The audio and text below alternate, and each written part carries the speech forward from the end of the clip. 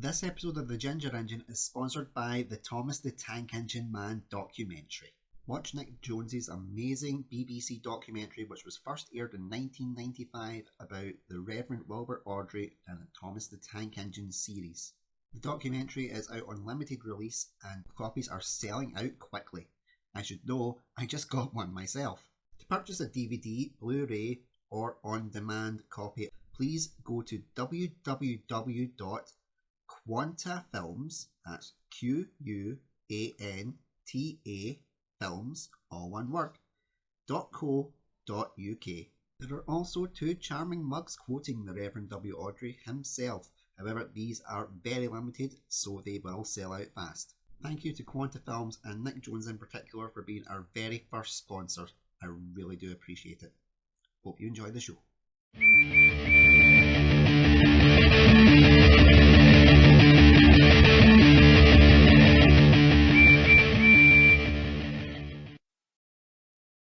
Nicholas, it is an absolute pleasure and a privilege to get to talk to you today. How are you, my friend?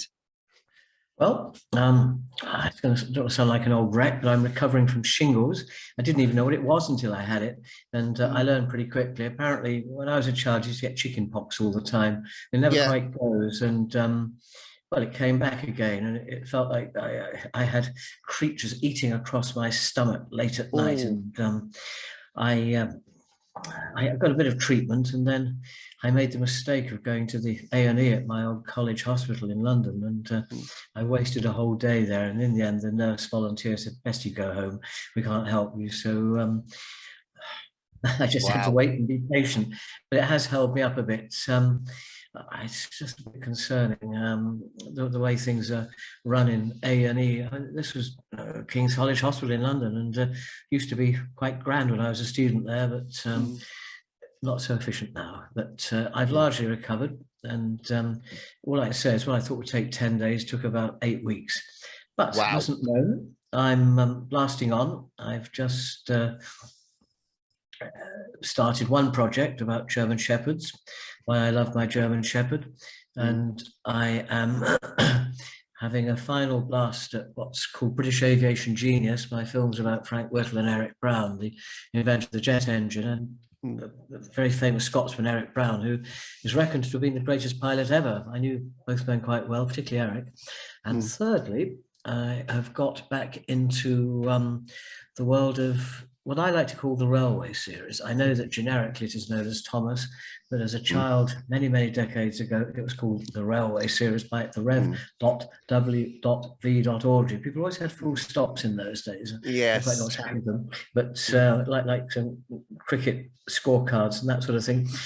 So I'm really involved at the moment in the story of the Railway series from its possible incubation back, I guess, in the 1920s in a little village in Wiltshire near Box Tunnel, right through to today. And the fact that, in my view, we are in the 80th anniversary of Thomas, at some point this winter coming.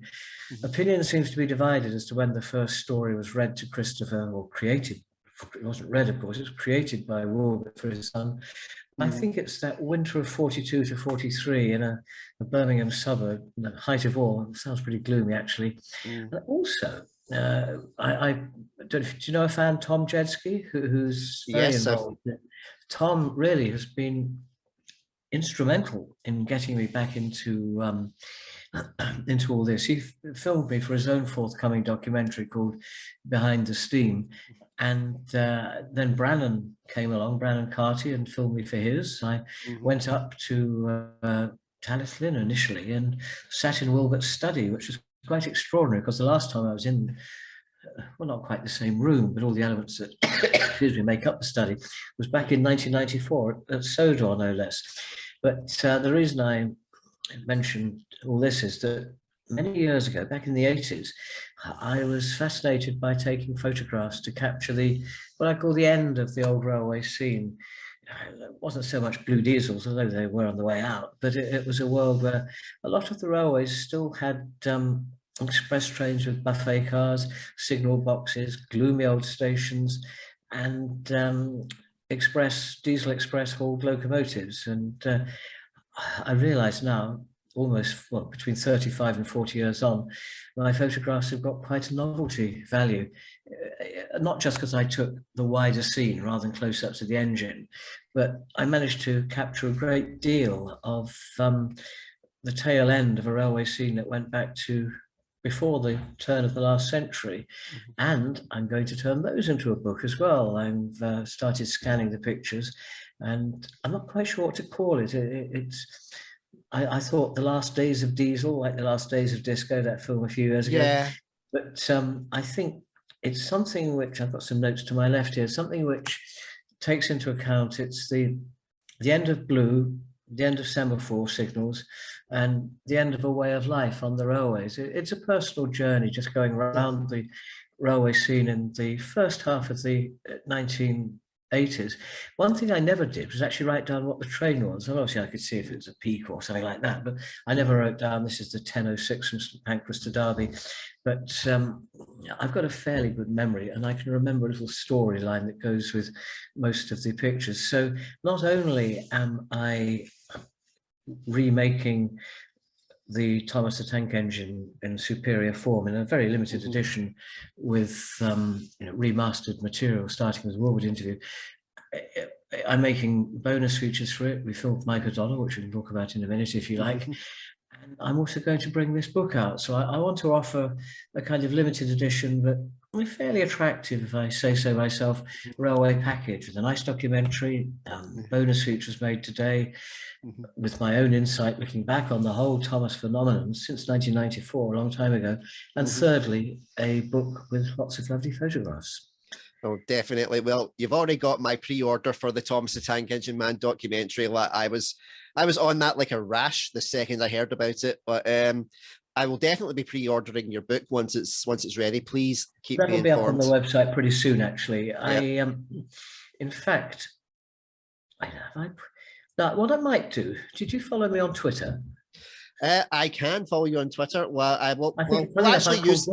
we'll use this for the plug. I always do like to do a plug for my audience to find everybody. So Sel, where can my audience find you? Because I found you, and it's been such a delight. You can find me all over the place. One at quantafilms.co.uk. That's QUANTA, F for Foxtrot, FILMS.co.uk or .com. That's quantafilms.co.uk or .com. It's got to contact me. It's got my email there, even got my telephone. So there's nowhere for me to hide. I can always be reached that way. I also am on Twitter on @WhittleStatue. Now, what on earth is that about? Whittle is WHITTLE, statue, as in statue, STATUE. It's mainly used for talking to the Thomas fandom community, but Whittle is, of course, Frank Whittle, Sir Frank Whittle, the inventor of the jet engine. And I also have what's left of what was originally quite a large run of DVDs of a film I made called Whittle, the Jet Pioneer. In 1997, on March the 20th, I had a very nice documentary go out called Genius of the Jet on BBC Two's Horizon.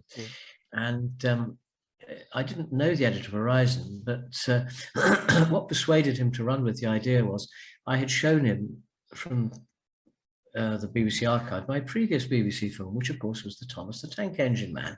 And I remember him sort of giggling as he spoke on the telephone, saying, oh, I rather like that. Typical BBC. He hadn't actually seen it on BBC already because they never watch their own stuff, these executives. But something rather sad happened. The morning after the Whittle film went out, there were very nice press reviews, but I was told Wilbert had died the night before. And I rang up the music and arts people at the BBC and I said, would you like to rerun it?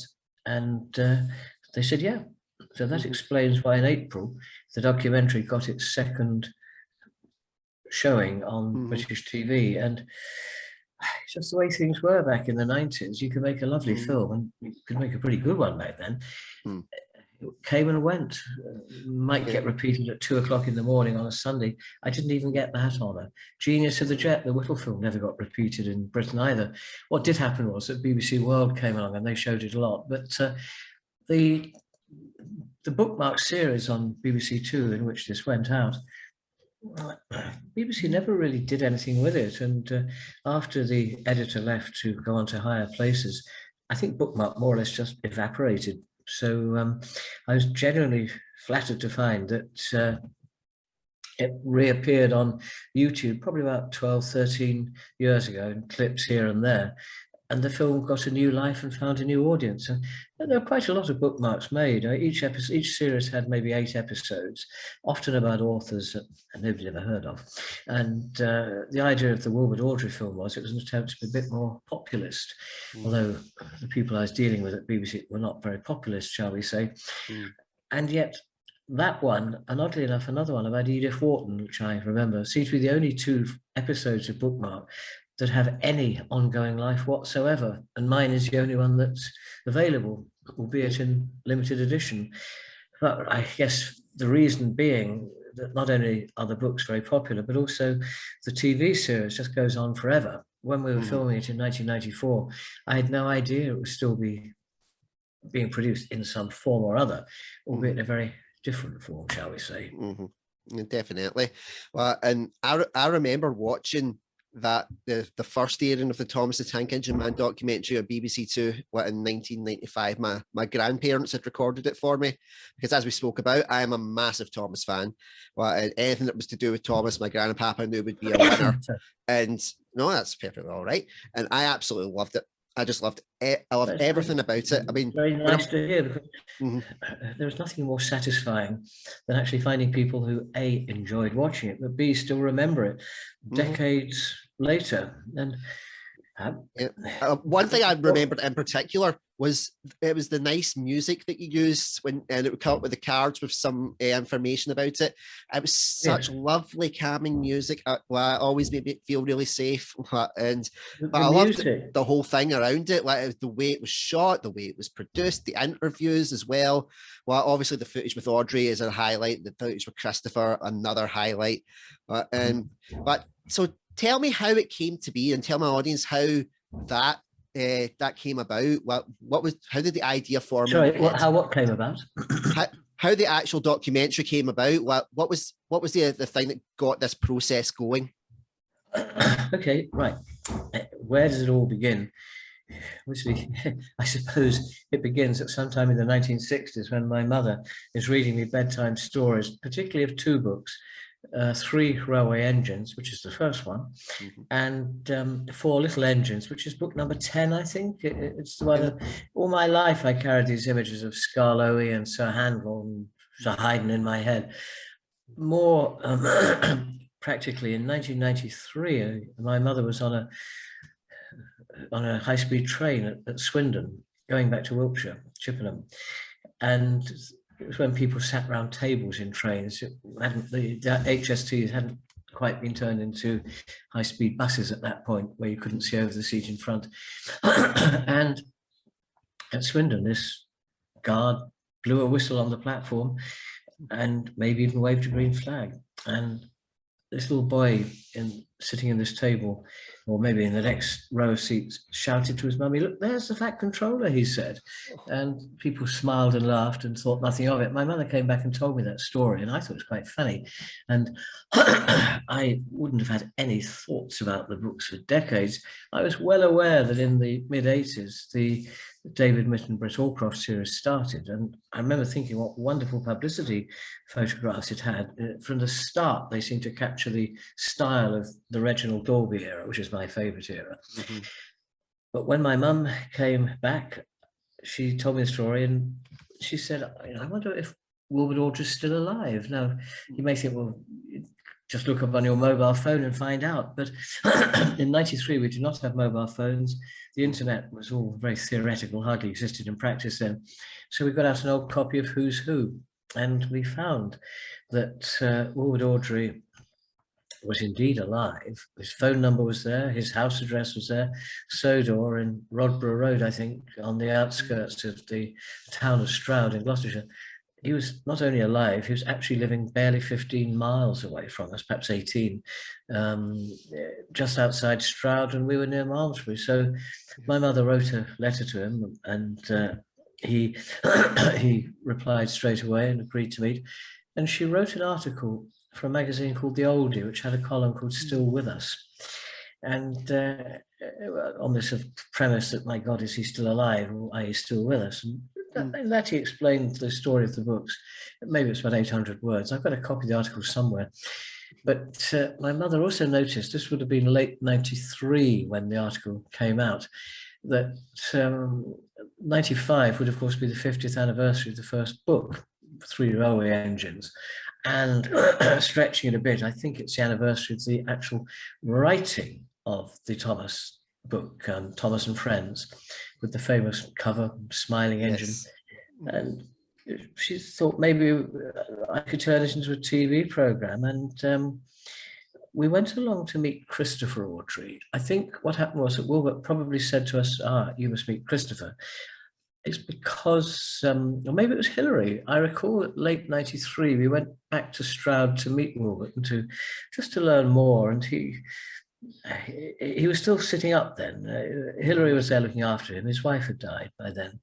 And thirdly, he had a live-in carer. But I remember Hilary had a mini Metro. Do you remember that car? Yes. Baby Metro. And she ushered us into this room. I couldn't help but notice when we knocked on the door of Sodor, it had one of those brass plates which railway locomotives used to have, or maybe steam sheds had. And we went into this house where time stood still. I mean, Wilbert would have been about 82 by then. And he obviously wasn't in great health, but he was still, his mental faculties were all there. And it didn't take long for him to start showing us Henry's Forest. And as you well know, he had very strong views about Henry's Forest. What I've since learned is that a lot of the fans actually rather like Henry's Forest. This is a nice story. But the upshot was that we should go and meet Christopher, who'd taken over the writing of the books, and we met him in Oundle and in Northamptonshire. And his son was there, Richard, who I didn't really speak to, but he's very much involved now in the, well, I wasn't introduced to him, but he's very much involved now in the whole family, Audrey, what's the word I'm looking for? He's very much involved in keeping the flame alive, burning. Wow. And I believe he may be the owner of the model railway, or one of them, that I digress. Well, Christopher told us what he'd been up to. And he introduced us to read books. Now, I don't have the name of the person I met there. She is actually in the documentary. She's the one saying, well, we've got 100,000 quid. We don't often get that sort of money. Yes. And she was the head of marketing. But read books publishing was still quite a nice business in those days, nearly almost 30 years ago. And I offered the idea to Channel 4 and to the BBC. And astonishingly, eventually, they both wanted to do it. And we went back to Wilbert and persuaded him, against his better judgment. He didn't really want to be involved. We persuaded him to do, to record his story on film. And the BBC had been first off the mark. And I mean, the film would have been a bit different had Channel 4 done it.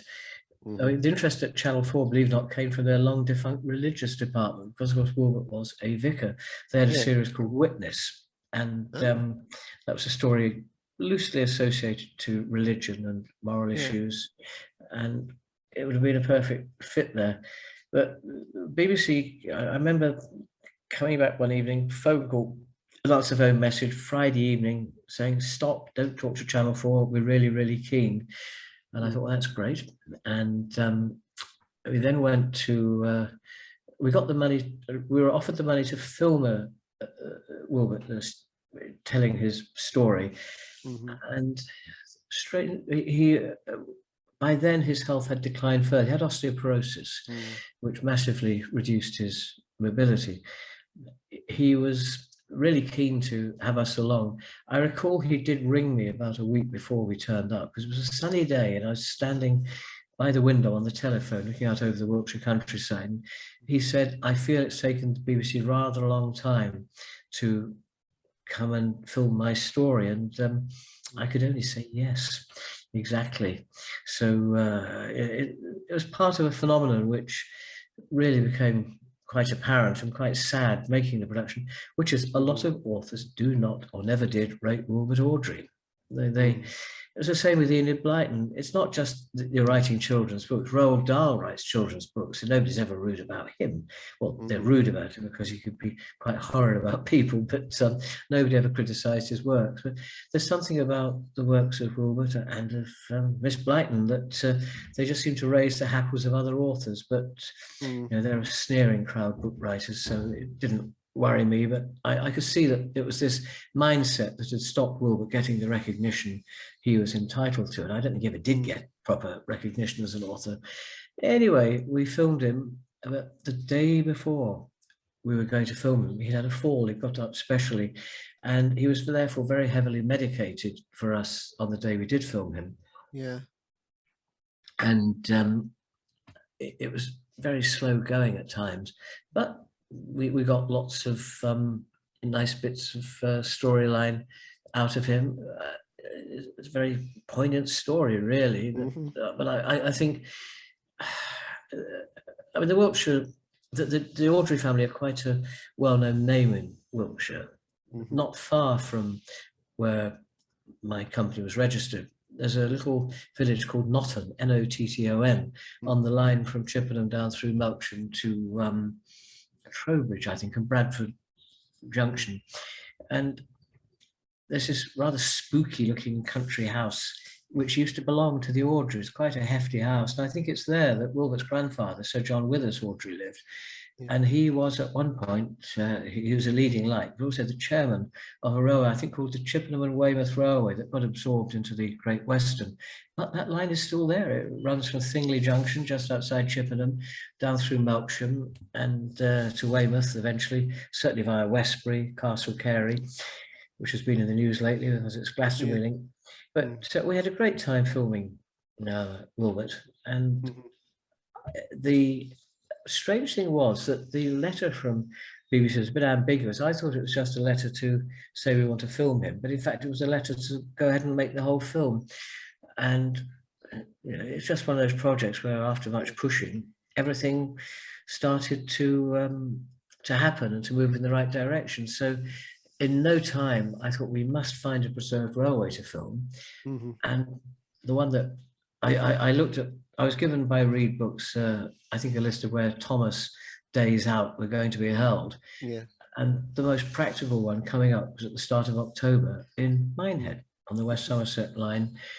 And I went down to the line to meet the people, talk about it, and also to scout the locations. That's why I chose Blue Anchor. It's a beautiful station looking out over the sea. And we got, it was the day we actually did the filming, it was pouring with rain, but then the rain would stop and the sun would come out. And Blue Anchor, the sun had pushed the rain clouds to one side, and with the sea in the background and the engine chuffing in, it almost looked Dolby-esque, I thought. It had a kind of feel of the 1950s.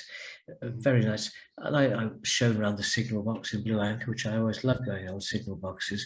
And so I took all those photographs of them in the 80s. And then it was a question of filming other people. We filmed Hilary giving a talk about the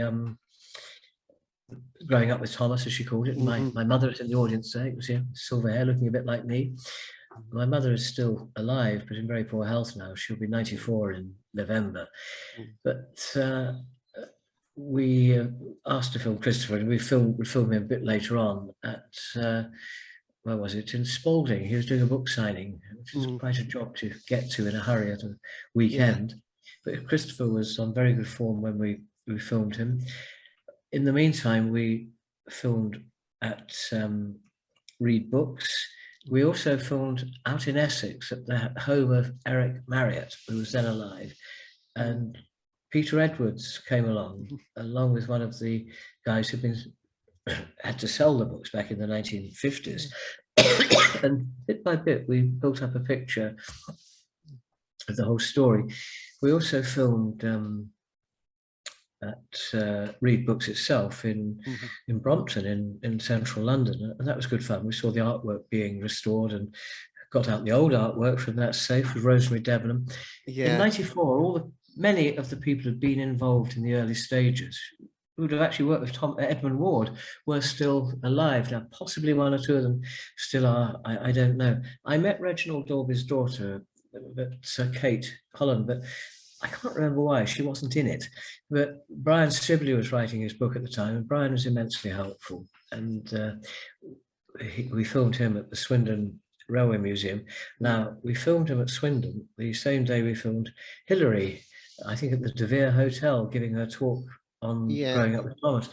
And we also filmed another chap at the Swindon Museum. We found through the one of the railways unions, a retired steam train driver from South Wales who came along dressed in his steam engine uniform. He still had it, his overalls and cap, shiny cap. And what I must also add is that we had a not very easy day filming at Shepperton Studios, where I thought we'd be the only people filming, but in fact we were part of a press day. But my colleague filmed on the set with David Mitten, who was absolutely wonderful. We then, both of us, did a film interview with Britt Allcroft, and we also got some of the engines, including Boco. I was a bit surprised to find Boco was in the books, because I remember that engine. It was a Crossley or something. It was considered a bit of a failure as a diesel back in the 1960s and 70s. When it comes to the actual railway series and the Thomas the Tank Engine series, Boco is a cult phenomenon. Like, he's one of my favourite engines as well. Well, we asked him to read a story and he chose that one. It's a lovely story, Wrong Road. Yeah, because I remember watching the documentary, and I was like, I know that episode. That's Thomas and the Special Letter from Series 4. And I remember seeing Boco, and I remember seeing the footage Donald and Douglas, and they were testing them on the track for shots. And it was like a dream come true for, I would have been 8 years old at the time, an 8-year-old kid, getting to see all this stuff. It was absolutely beautiful, and getting to see the interviews with Brett, and getting to see like Christopher, and Hilary, and just seeing everything that was related to it for me. It was mind blowing. Like, even hearing you talking about it right now, and I'm 35. Like, it's still mind blowing. Like, it's so great. Like, to be able to speak to someone who not only spoke with the Reverend himself, but spoke to David Mitten, Christopher Audrey, like Brett Allcroft. Like, I'm absolutely blown away. Like, and what you may not realize it, but you'll probably realize it soon when their pre-orders for your DVD shoot up. Like, it was such an integral part of everybody's childhood, your documentary, myself included. Well, I remember going to my grandpapa's afterwards, that had been recorded, and they'd always had the video ready, because they knew I would want to watch it, and I would watch it while I was reading my annuals and playing with my Ertl Thomas trains, doing Thomas colouring in. Everything was Thomas, and in any form and any content. So if you made someone like me extremely happy as a child, there's so many others that have been inspired by it as well. Many people would be inspired to do documentaries as well because of your work. It still holds up today. I seen obviously the trailer for the restoration footage. It's fantastic. Obviously, because I went straight to your website and was like buying. Definitely. I'm such a huge fan. I know I'm gushing, and kind of breaking my stern presenter personality, but I am a huge fan of everything involved in Thomas, and you are part of that legacy, Nicholas. Well, very flattered. I mean, I'm glad to have brought you plenty of joy in your childhood. What I should add was that there were two other things we wanted. One was to actually film the American version being filmed, and we were told we could film on set with Rick Sigurco. My colleague John went to the US, Canada rather. I got a new passport to go out especially. That fell apart at the last minute, although we did get footage in Canada. But some people in the Britt Allcroft group were not very easy to deal with, shall we say. Britt Allcroft Company, I think it was called. And secondly, I was really keen, one, to get good archive.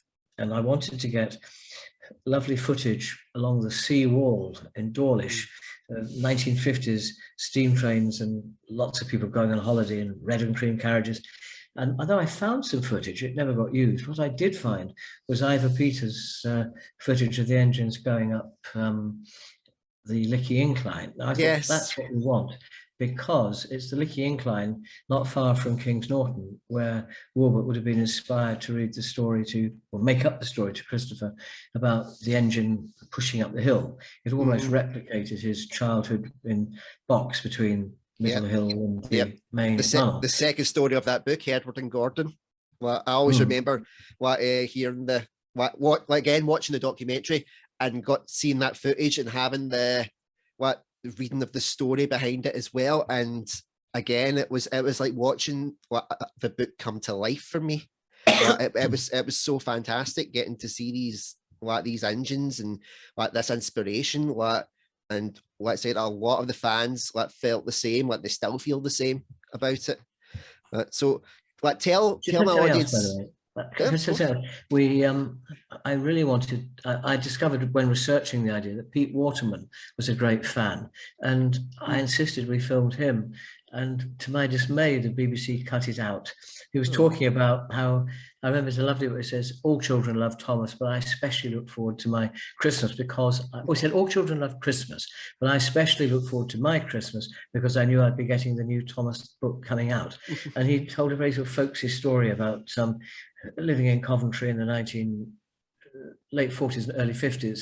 And he, of course, became a steam train driver. However, on the Blu-ray stroke DVD, one of the bonus features will be clips from my film interview with Pete Waterman talking about it. And this will be the first time it's been seen. Secondly, I was determined to find a writer who would say nice things about the books and do a proper assessment.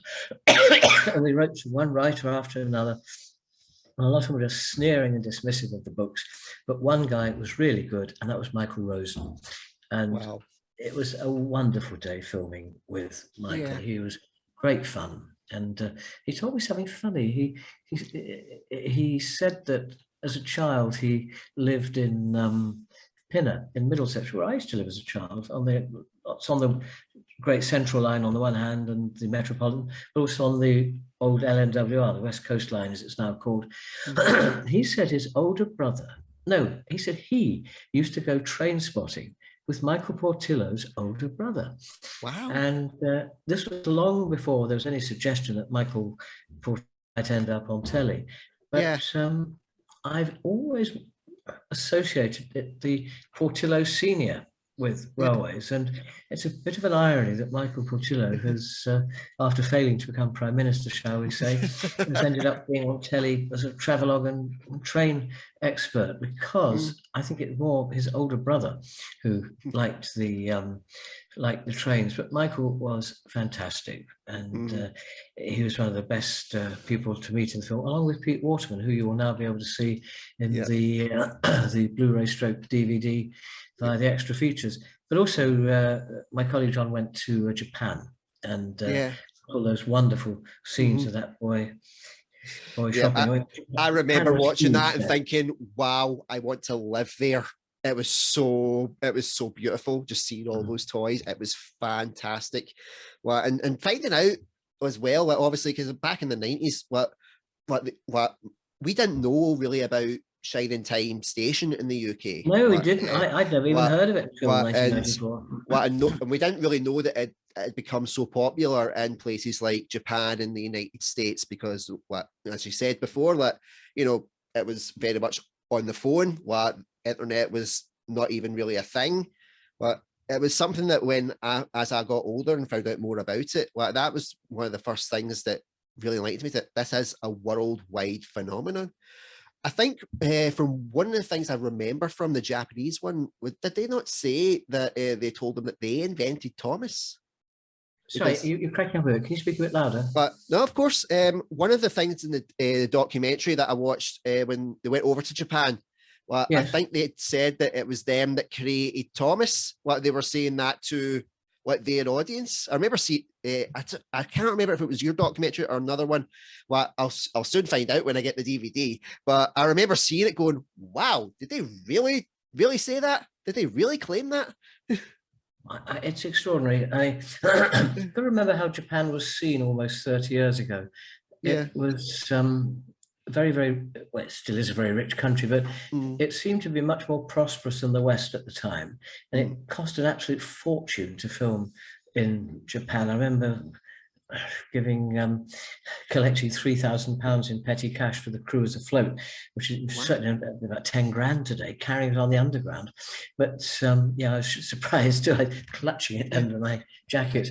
But the funny thing was that there just seemed a thoroughness about Japan, the way they did the toys, the way that Sony put it out in this series, and Pamkiki, I think, yeah, it's Japan at the time was associated with thoroughness and hyper efficiency and taking Western things and doing them better, like making cars, for example. Well, one of the things that was well known was their Tomy range of Thomas the Tank Engine, the kind of electric engines that they were doing of the Thomas, and that became like a very popular thing to buy. It was very much like a cultural kind of phenomenon. Many people collect them.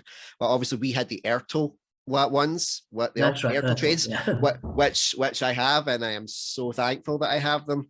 Then obviously I had Hornby as well. Hornby's relationship with the Thomas merchandise is fantastic. We filmed a man from Ertl, didn't we? It was bad telling us how much money Thomas was making in parts of the world. Well, it's absolutely like crazy. I mean, in particular, like we all know the Railway series by the Rev, but Christopher Audrey's books are so rare. They're so hard to get that the second, really? Yes. Please pass me on Christopher's details, and I'll be like, right, re-release the books. You have a massive demand. If not for me, for your son. I was given a copy of all of the books in a special box edition in 1994 from number 1 right through to number 42. But guess what? I gave them out to relatives who liked Thomas, and they didn't all come back. What I did do was I got Wilbert to sign my book number 10, Four Little Engines. Oh, and that's amazing. That's amazing. When I met him, he was amazed that I still remembered the story with the traction engine and a man called Jem Cole. Yes. But because I'd just been talking to him about the books on his shelf. By then he was effectively bedbound, living in his bedroom. And the bookshelves on one of the walls, the bookshelves lined one of the walls. And there were lots of very small books in a funny language. And I said, can you tell me about those books? He said, they're all in the Manx language, as in the Isle of Man. Yeah. And I said, I said, have you read them all? And he looked at me and said, I have read each one 5 times. And I thought, I'm sure you have. He'd actually learned the Manx language. Yeah, well, it's the same with his books as well. Countless times we've read them. Countless times I watched the series as a child. Video going in, rewind, play, rewind, play. Well, it was probably the best babysitter my mum and dad ever had for me. I absolutely loved Thomas. I still do. So how many do you still keep in contact with any of the people that you interviewed from the documentary? It's basically me saying, have you got Christopher Audrey's number? Now Christopher, how should I put it, he's a bit more reclusive than the others. He must be quite old by now. I mean, must be 80. Oh, hang on, if he's 82, he must be now, I think. Wow. Born in 1940. And Hilary sadly is no longer with us. I would very much like to meet Christopher again, but I'm in close contact with the other daughter, whom I did not meet, in fact, when making the film. That's Veronica and her husband, Veronica Chambers, and also their son, Mark Chambers, who I met. In fact, I met them via, through the auspices of Daniel Coffey. And also we ended up filming Mark and Veronica for An Unlikely Fandom, which, and also for Tom's film as well. Now, I'm in Unlikely Fandom. I've also done a fair bit of the fun.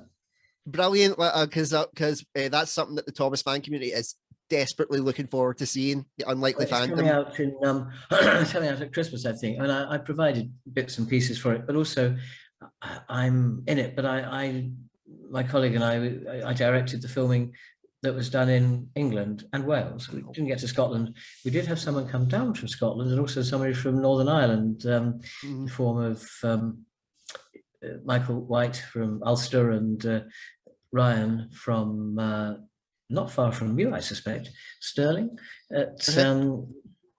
We filmed Tom Jedski and Thomas Carter for it in London. But after that, that was just after we had filmed Daniel Coffey, who's got this wonderful collection of books, and who else? Mike O'Donnell, of course. I filmed Mike for my own bonus feature for the special edition or limited edition Blu-ray stroke DVD. It's simply called A Chat with Mike O'Donnell, and it's really good. I think you will all really enjoy that when you get to see it. But also, I asked Daniel, because he's been such a helpful contributor to the restoration project, if he'd like to come along and see the filming. And I said, could he bring some books? He brought some wonderful early edition books from the Railway series along. So we made up a montage of those for the Mike O'Donnell extra.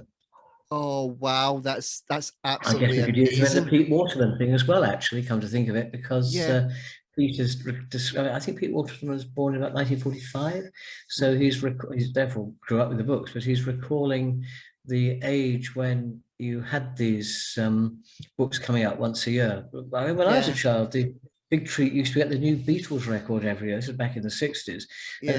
I don't know if people, there's still a thing called the Christmas record, isn't there? Although the days of physical records are largely gone. But Pete talked about how wonderful it was to get the new Railway series book each Christmas. And he also said that he never forgot the lesson of "I can't do it, oh yes you can."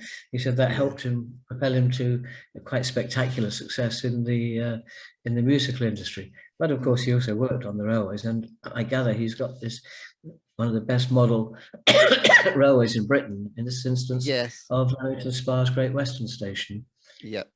It's absolutely fantastic. And we touched on Michael O'Donnell as well, and he's had a bit of a resurgence because he's been bringing out remastered copies of we mentioned those. We say in our bonus feature where you can get them. That'll be mentioned in the film. But I think he's very pleased, Mike has been, to find the fans' renewed interest or new interest in the work that he's been doing.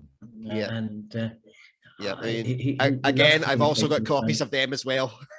All right, okay. Yeah, definitely. Like anything that's Thomas related that you can get your hands on, you're just like, we need to get it, because it's never a case, as far as I'm concerned, the Thomas, it's never been a case of reviving the fandom. It's always been there. It's just now we fortunately have ways to get access to it.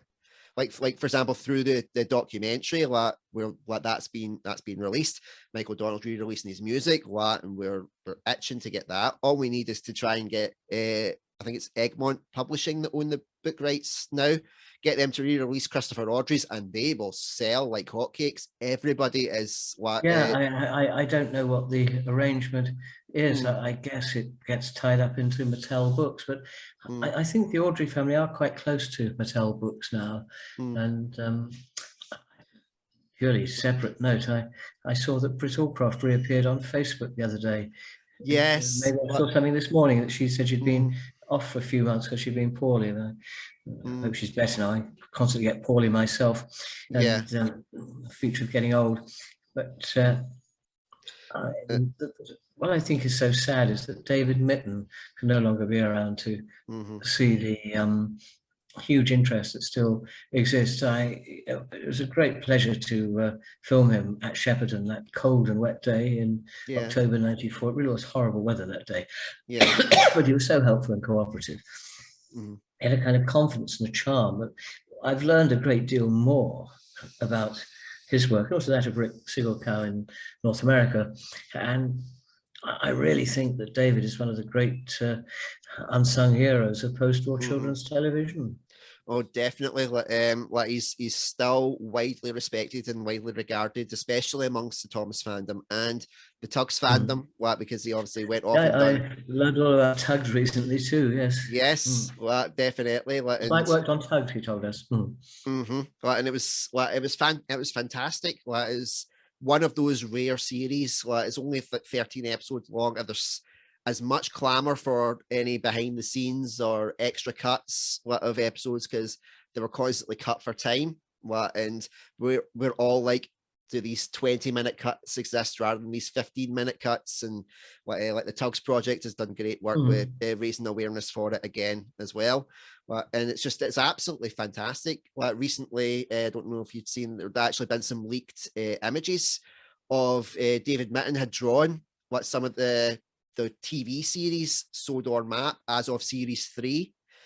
And the internet just blew up. A lot of the fandom have been going into it, analysing it, trying to figure out where it ties in with the parts of the TV series. It's a great time to be a Thomas fan right now. And then when we had, I hope I can contribute in some small way towards that, because I only have a relatively small number of copies available. We're talking hundreds, not thousands. But there will always be renewed interest. I would not be surprised if these sell out so quickly that you'll have to get more, and probably get more for places like in America, because they obviously have a different region DVDs as well. I thought one sensible is to have them both Blu-ray and DVD, because on the crowdfund, people did actually say, I don't have a Blu-ray player, do you have a DVD options? Obviously I said yes, so it's not that difficult to, but once you've done one, you've done the other. But I've been astonished, in fact, talking to younger people, and then way up to the age of 30 odds, how popular the Blu-ray still is among fans, because the Blu-ray is considered in TV film industry a bit of a failure, hasn't really taken off, and yet Blu-ray copies of films are very sought after, aren't they? And they've got a kind of niche value. Yeah, they do. It's like myself. It's like myself. I don't have a Blu-ray player. My mum and dad do, but I stuck with DVD, and I was just really hoping it wouldn't go the same way as like VHS, because I was recollecting all the Thomas episodes in DVD form, and I've got them all safe and kept nice. And I was like, if they all come out on Blu-ray as well, and I've got to rebuy them all because they become obsolete. So when I saw there was a DVD option, I was ecstatic for ordering your DVD. Well, thanks for that, because I did for a while, this was probably between about 12 and maybe 6 years ago, certainly up until 2015. 2015, I would get requests for the actual main film. Nothing else then existed beyond that. And I said, look, all I've got is a Super VHS taken off a transmission copy. It looks perfectly good, but it is a Super VHS, albeit a Super one, not a VHS one. And I've sold people burns of those, and maybe there are, I don't know, 30, 40 out there in existence that I've sold. But the picture quality is okay. On the DVD and Blu-ray, it will be vastly better, of course. But the intriguing thing was that people who wanted it really did want it. It is not like it's not one of those films where you just go into Tesco, if they still even sell DVDs, and say, right, I want a DVD, let's see what I find, I'll buy one and take it home. It's what I call guerrilla raiding. You set out to get something and you get it. Yes, definitely. And you enjoy it all the more for that. Yep, and I won't be surprised that if those after like once your DVD is out for it's obviously out for pre-order just now, but once it's people have got it and are watching it again, the Super VHSs that you've sold, I can guarantee they will be on eBay hitting at least £100 per pop, and probably putting on bidding wars for it, because that's what the fandom do. They love to collect it. They love any type of thing for Thomas, and any fandom really that they can get their hands on from those glory days. And it's just absolutely fantastic. I mean, I was on the phone with my gran and papa, and I was like, "Do you still have the VHS recording? So I could just rewatch it again." But then sadly, my gran actually.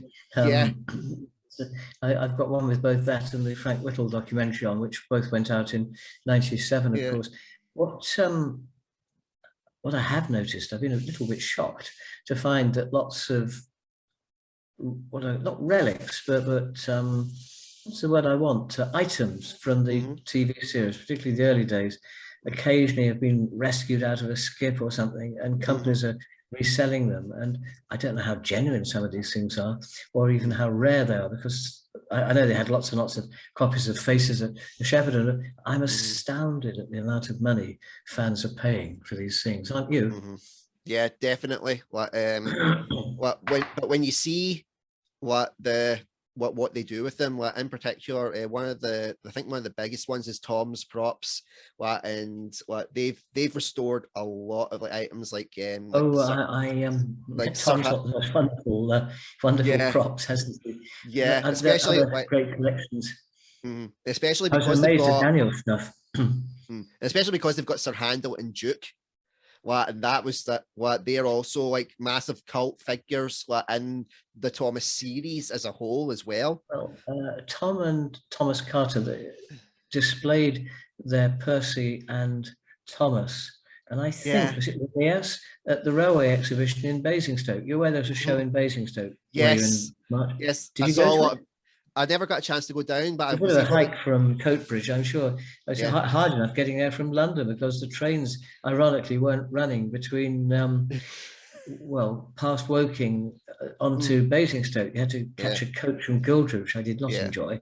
And then a clapped out old bus in the 1940s took us to this old school on the outskirts of Basingstoke. This was the first model railway exhibition I'd been to probably since 1979. I remember going to one that year, and I was astounded. There used to be a big one in Central Hall in London, and I remember going there in 79.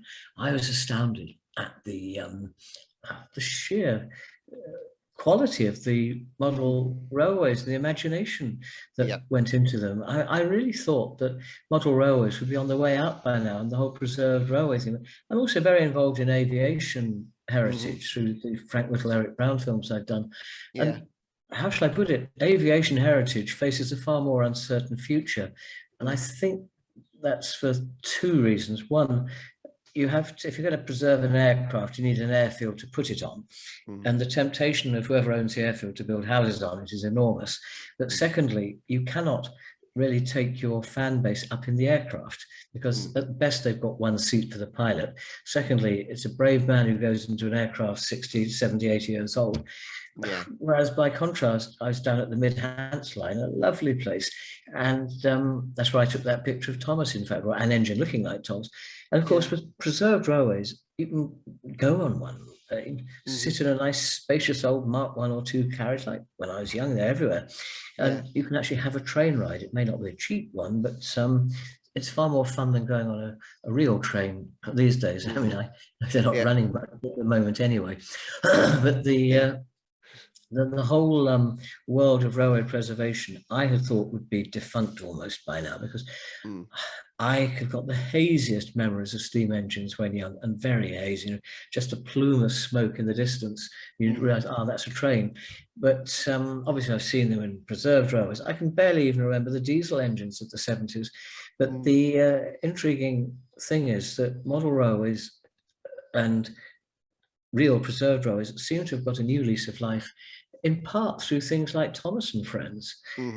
It's almost put a kind of working model, not a working model, a kind of example for a working model on a little kids' TV series. I know this series has changed a little bit in the last few years, but Thomas can now do somersaults on the track, and Rule 55 has clearly gone out of the window. That's progress. Well, I mean, imagine what Wilbert Audrey would think if in the third series, which is considered now as part of the classic golden age of Thomas, and he had an issue then. Imagine what he would be thinking if All Engines Go right now. Wow. Well, it's funny. Every time I see one of these modern adaptations, my first thought is, what would Wilbert make of this? And as I said, Rule 55 is the least of his worries if the engine isn't even obliged to stay on the track in the latest one from Mattel. But it was last year I went to the Mid-Hants the first time. I took that nice photo. I thought it was Tom and his dad. And I was astonished to meet one or two, they don't mean boys about 10, 11, who were impressed when I was impressed that they knew my documentary, and they were impressed to meet the guy who did it. But Yeah. the way these model railways had become, not model railways, preserved railways, have become so smart, with nice car parks and catering and chalet cottages to stay in by the side. And I think one of the stations on the Mid-Hants it was. I remember I was involved in the 6024 Preservation Society once, and it wasn't far from me. I was in Milton Keynes. I edited their magazine, and it's a long, long time ago. But Quainton Road, as it was then called, it's now, I think, the North Buckinghamshire Railway Centre, Back Centre. You're lucky to get your car out of there in one piece, because the roads into the station were just a series of potholes. And on wet days, there were puddles with potholes underneath them where your car goes down a hole. It was not meant to be fun going to a model preserved railway 40, 30 years ago. But it's become a fantastic day out now, hasn't it? No, definitely. One of my wife, her brother stays down in Hull, and anytime we go down, we always go to the Railway Museum in York. It's just it's such a lovely experience. And this year will be the first time we'll be going as a family since we've had the kids. And I'm so looking forward to taking them and just seeing. Did I tell you that as a spin-off from doing the bookmark, not only the Thomas the Tank Engine Man documentary, not only did I hear from Enid Blyton's daughter, I also got a phone call from a curator at the National Railway Museum who said, can you make a 6-minute film about the Royal Train for not very much money? I said, yeah, of course I can. So I met her, and she said, well, everyone else has said they can't do it for that money. And I said, oh, well, we'll do it somehow. And working with the Huntley Archive, I made this rather nice little film, 6 minutes long, which I am getting sort of mastered, shall we say. Some of the archive I've got, it's on a VHS, but the story of the Royal Train's never really been told. And we made it in that long, hot summer of 1995. It was a lovely film to make.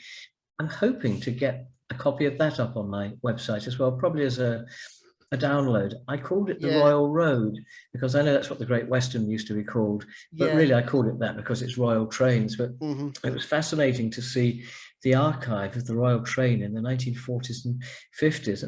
How magnificent the Queen and her husband looked on their wedding day when they went from Waterloo. But there's this quite sort of hilarious news clip of the Queen Mother, a very young Prince Charles, and Princess Margaret, with an army of dogs getting on the train at Liverpool Street to go to Sandringham. And wow, that's probably filmed in about 1953, 54. But it was a nice little train and a nice little film. I was intrigued to find the Royal Train remained steam-hauled well into the diesel age, because nobody thought it would work behind the diesel. It might break down. However, that all was a spin-off from doing the Thomas thing. And I worked with the Huntley Film Archives. They've got a wonderful collection of old railway trains. But I didn't realise Royal Trains are as old as railways, and they used to advance the technology. She's a long-forgotten queen called Queen Adelaide, who was the queen just before Victoria. Her husband was William IV, her uncle. She had her own royal train, and up to the day she died. And Queen Victoria, of course, had one. And nearer home to you, she managed to get across the Tay Bridge before it collapsed, didn't she? Wow.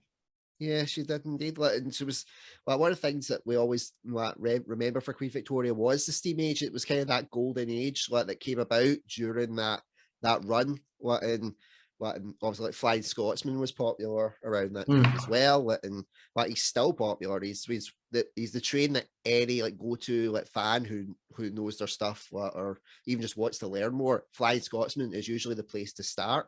It's funny you say that, because this book I'm going to bring out later in the summer. I was showing the pictures to Tom Jedsky, and purely by chance, I had gone up to Derbyshire. I'd be setting off from Milton Keynes, which is why I could never get as far as Scotland, which still had some wonderful old railways well into the 80s. I was going to Derbyshire to a place called New Mills, which had a lovely old railway set up into the mid-80s. And I noticed a load of people with waiting by the bridge and cars parked there and waiting on the embankment with their cameras at a place called Chinley on the way out from Manchester down to, I guess, towards Derby, the old Midland line. Anyway, I thought, well, I'll wait. I got my camera out, and guess what came chuffing through? The Flying Scotsman in Wow. 1984. So I put the picture of that in the book because I've also got Blue Peter, but at Didcot. I had no idea that the Flying Scotsman was still such a popular engine. I remember in 1968 or 9 when I was a child, it went on a journey from King's Cross to Edinburgh with Alan Pegler, and Wilbur Audrey was actually filmed sitting in one of the carriages talking about it, wasn't he? It was indeed, yes. And then obviously Flying Scotsman got taken over to America, and there's a whole it went all over the place. Because when we were working on 6024, it was reckoned in the 80s that steam engines would no longer be allowed on the railway at all. That was the BR plan, but they've had quite a lease of life. They're chuffing in and out of London all the time now, pulling people, paying a packet for dinner, as far as I can see. Yeah, definitely.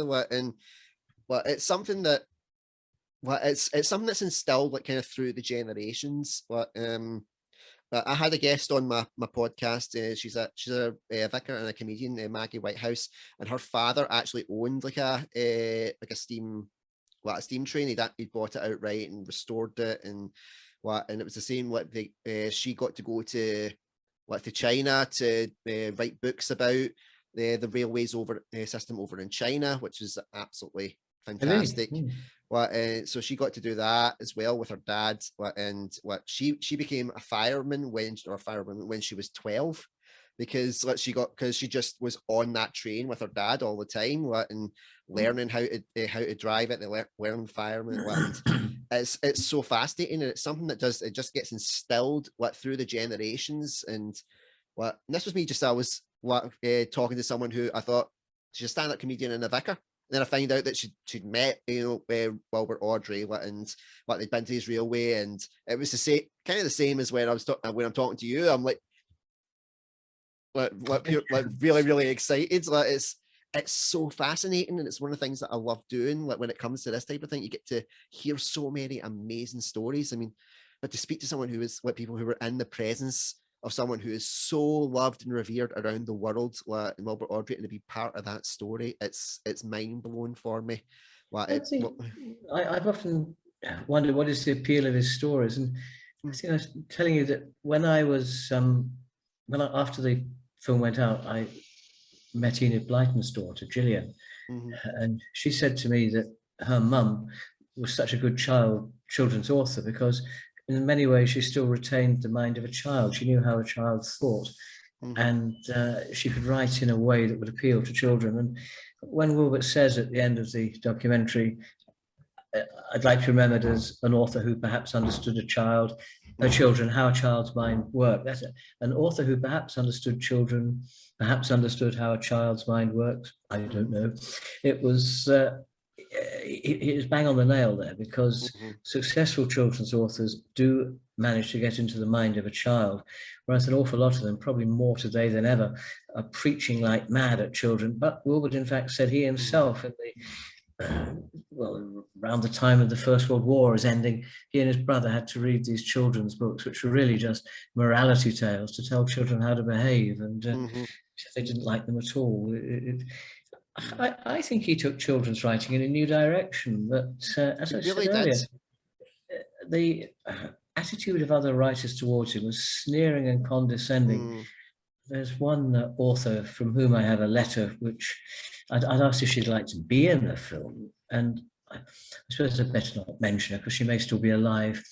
But she actually, I've got this note. I couldn't believe it rereading it the other week for the first time in years.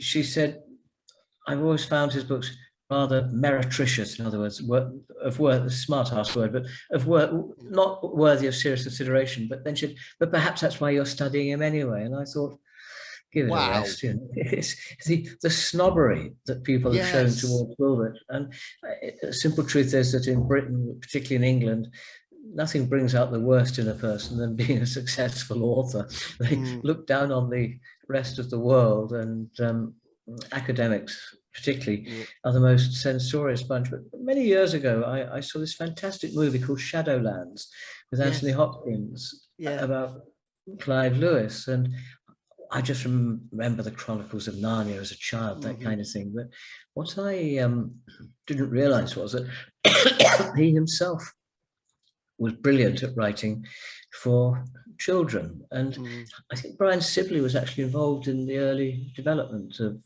Shadowlands, made it part of the great phenomenon. Have you seen the film Shadowlands? I have, yes. Well, I'm a big fan of Sir Anthony Hopkins. Well, big fan. All right. Well, it's wonderful because not many people know about it, but it is a marvelous movie. I saw it at BAFTA at a preview, and Richard Attenborough came along to give a talk about it. And there was hardly a dry eye in the house. It's such a powerful, emotional film. It's a really inspiring film. But what I did like was, and this is Attenborough, obviously remembering the 50s, they go backwards and forwards on steam trains from Paddington to Oxford a lot.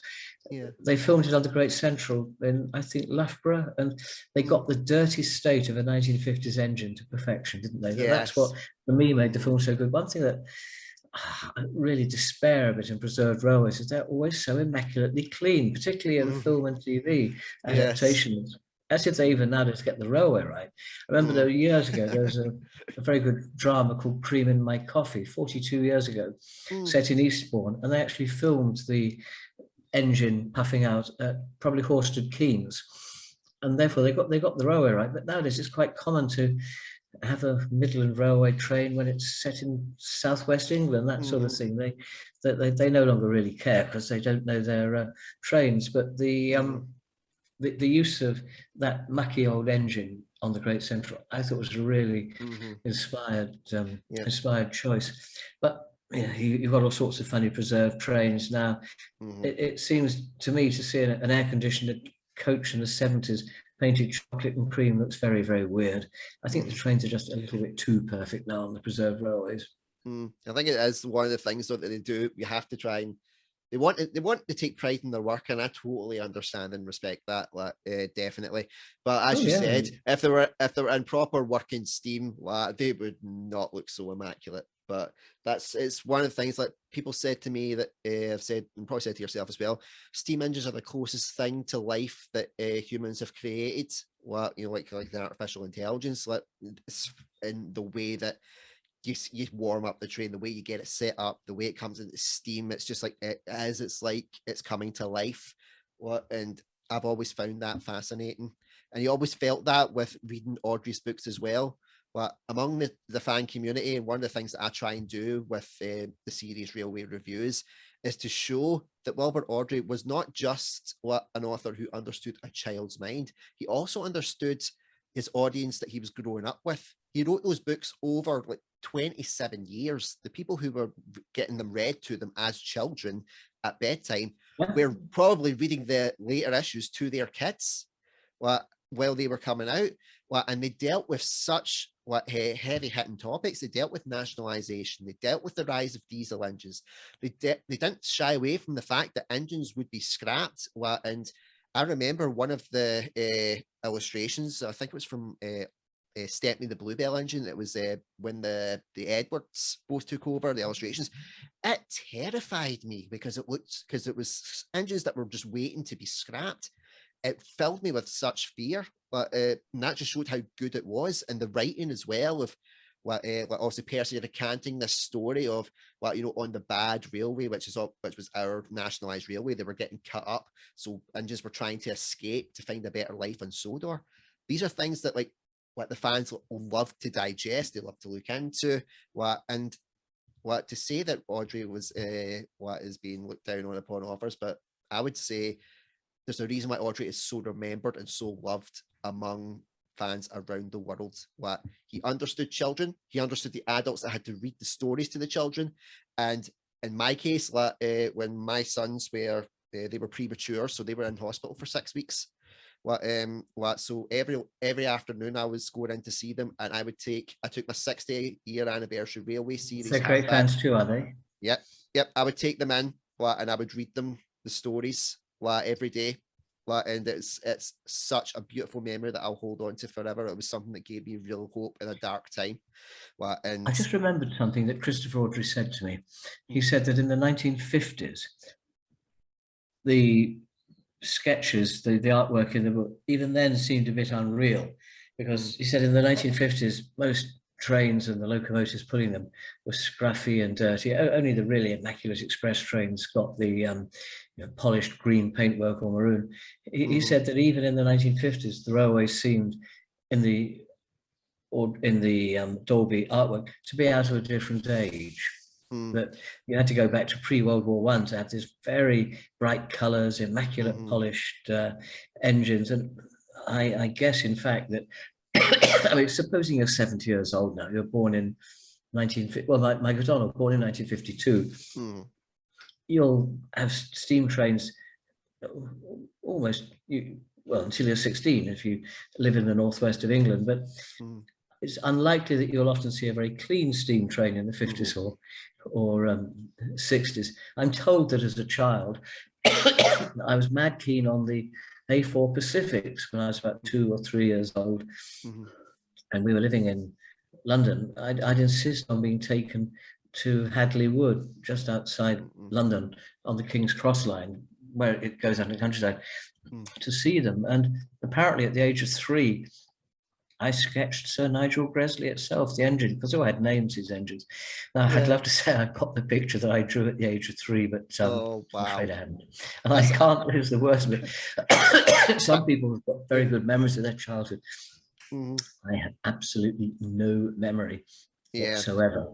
I think I'm the same. But some of the earliest memories that I have, we're watching Thomas the Tank Engine, like at my granny and granddad's house, or my gran and papa's, or my mum and dad's, and just feeling so safe, so secure, and so loved, just watching this program. And even now, at my age of 35, because I suffer from mental health issues as well, and my best antidepressant is putting on a classic era Thomas, and it always puts that smile back on my face. It's absolutely fantastic. Steam trains in Scotland probably lasted until about 1967, I'm guessing. Roughly when I was very young, time, yes. I remember staying as a child in a hotel right underneath the Forth Bridge in a village called Queensferry, just outside Edinburgh. So this would have been 1967. And I was delighted by the fact that our bedroom window, I could actually look out of the window and see engines going up towards the, that massive bridge that you couldn't miss when you came out of the hotel. It was the Hawes Inn we were staying. All I can remember seeing was they're called brush type 4s, a green class 47 going across, and DMUs. And secondly, I've never forgotten this. The world was very different then, particularly in Scotland. We were not allowed as children, my sister and I, in the dining room. So the waiters brought the meals up to us in our bedroom. And I was very impressed by the fact that the waiters could speak English, French, and German, obviously English. And when I think of Scotland, I think of staying in nice hotels as a child. But my father always loved Scotland, though he was Welsh. But I do remember once going on a magnificent railway ride. I think it was from Inverness to Golspie, on that line that goes up the northeast coast, because we were staying in a place called Golspie, a little village. Actually, it's north of Inverness. We must have probably gone on Thurso, and this train almost went through people's back gardens, and it really was, again, Dolby-esque. It's the last. This would have been 1980, a long, long time ago. The last throwback to community-involved railways, where the train would rumble past people's houses and they'd recognize the driver and stuff like that. And it was fascinating, just the engine pulling up the hill and then going back down the other side. And I guess the railways are still there, but I would guess those equally, it's all very efficient and rather dull, multiple unit trains. It has to be said that going on a train nowadays is nothing like as much fun as it used to be, although it is quicker. It's quicker, but not always better. But at the same time, the time's starting to run out. I'll need to go and pick up my kids from nursery. Nick, you're an absolute gentleman. I am so proud to have been able to talk to you, to relive this work with you. Everybody, please, www.quantafilms.co.uk or .com. Please order yourself a copy of the Thomas the Tank Engine Man documentary. Even put in the message, tell them Andrew sent you, tell them the Ginger Engine sent you. You might get a mug. Who knows? The mugs are there too. They're brilliant. I'm getting one. I have to get one. Nick, you have been an absolute pleasure. It's been a pleasure speaking to you. Yep, it's been an absolute honor, my friend. We definitely need to do this again. I'm just so in awe of your tales. And well, I could talk all day about railways and Thomas and Wilbert. So let's give it another go when you next need me. Okay. Definitely. Damn me having to go and pick up my kids. I'm sure you do. Yes, children come first, as Wilbert himself would have agreed. Definitely. So then, thanks very much. Bye. Yes, thank you. Take care. Bye bye. Bye bye.